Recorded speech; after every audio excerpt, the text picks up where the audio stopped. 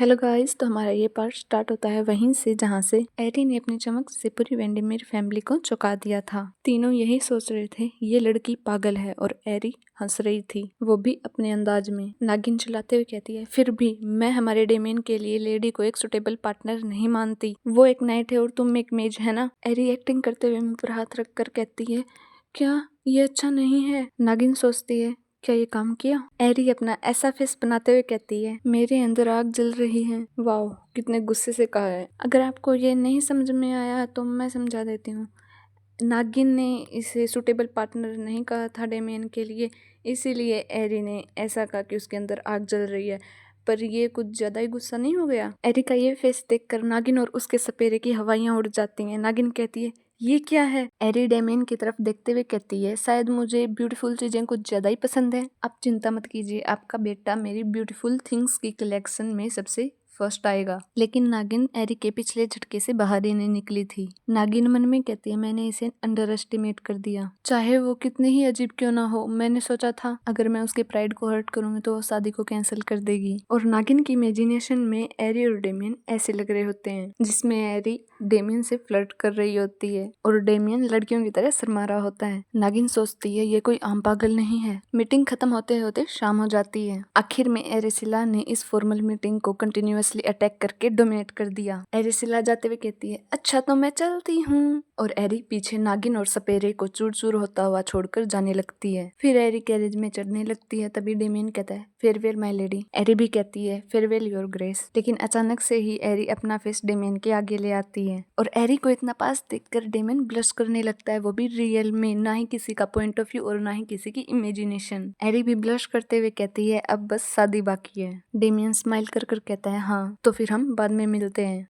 Guys, ये video थोड़ी short है पर मैं क्या करूं, अब मेरे एग्ज़ाम आने वाले हैं। आज ही फॉर्म भरवाया है और अब कुछ दिनों बाद मेरे एग्ज़ाम स्टार्ट हो जाएंगे। तो और वैसे भी ये एरी वाला मांगा थोड़ा मतलब कॉम्प्लिकेटेड है, मतलब थोड़ा टाइम लगता है इसे बनाने में और मेरे पास अब इतना टाइम नहीं है, तो मैं इसके छोटे छोटे पार्ट्स ही डाल पाऊँगी। अब 2 या 3 मिनट के, 4 या 5 मिनट का तो पॉसिबल नहीं हो पाएगा। वैसे टाइम उसमें भी लगता था पर क्या करूं, अब ये छोटे छोटे डालने पड़ेंगे मुझे। और वैसे वो एली वाले में तो वो थोड़ा सिंपल है, उसे समझने में भी आसानी होती है, तो वो तो मैं पूरा 4 या 5 मिनट का डाल दूंगी एक चैप्टर।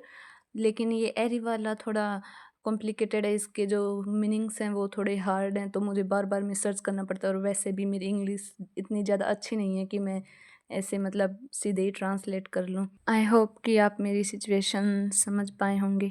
पर आप चिंता मत कीजिए, भले ही मेरे एग्ज़ाम हो पर मैं हर रोज़ छोटे छोटे वीडियो अपलोड करूँगी, तो आप प्लीज़ मुझे सपोर्ट करते रहिएगा और मैं वीडियो डालते रहूँगी। बाय।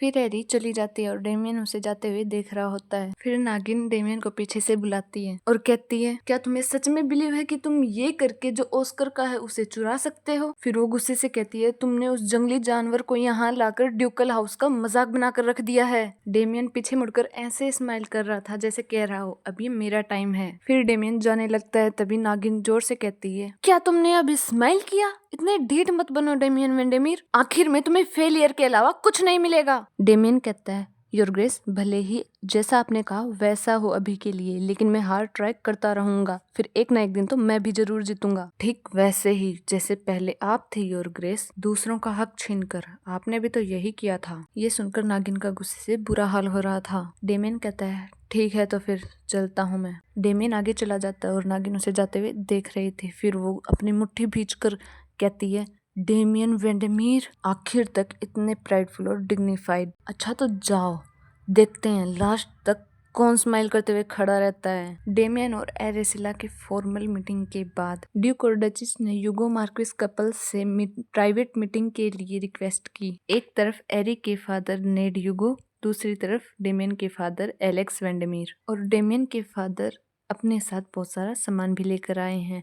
आपको तो पता चल ही गया होगा कि वो किस लिए लेकर आए हैं, अगर नहीं पता तो आगे पता चल जाएगा। डेमियन का फादर कहता है, अगर आप इस शादी को कैंसिल कर देते हैं तो मैं आपको इससे भी ज्यादा रीपे करूंगा। नहीं, बल्कि आप जो चाहें वो, चाहे वो बिजनेस में सपोर्ट ही क्यों ना हो, मैं करूंगा। तो मार्क्विस डेमियन के बजाय आपका ऑस्कर के बारे में क्या ख्याल है? मार्क्विस कहते हैं जो मेरी बेटी एरिसिला को पसंद करता है वो ऑस्कर नहीं डेमियन है। नागिन कहती है तो फिर हम हमारे बड़े बेटे ऑस्कर की शादी आपकी बड़ी बेटी लेडी एरिस से करवा दें। जब डेमियन छोटा था तो वो बहुत ज्यादा ट्रबल खड़ी करता था, इसीलिए ही तो हमने उसे स्टडी के लिए अब्रोड भेजा था। क्या आप सच में इसके लिए राजी हैं? मार्क्विस नेस कहती हैं कोई बात नहीं डचिस, हम हमारी बेटी का सपोर्ट करेंगे चाहे वो जो भी रास्ता चुने, इसीलिए हम इस मैरिज से पीछे नहीं हटेंगे। नागिन और सपेरा दोनों एक दूसरे की आंखों में देखते हैं। फिर नागिन सोचती है चाहे कुछ भी हो जाए हमें ये शादी रोकनी ही पड़ेगी। फिर कोई सर्वेंट दरवाजा नॉक करता है और कहता है प्लीज एक्सक्यूज मी, अभी इंपीरियल पैलेस से एक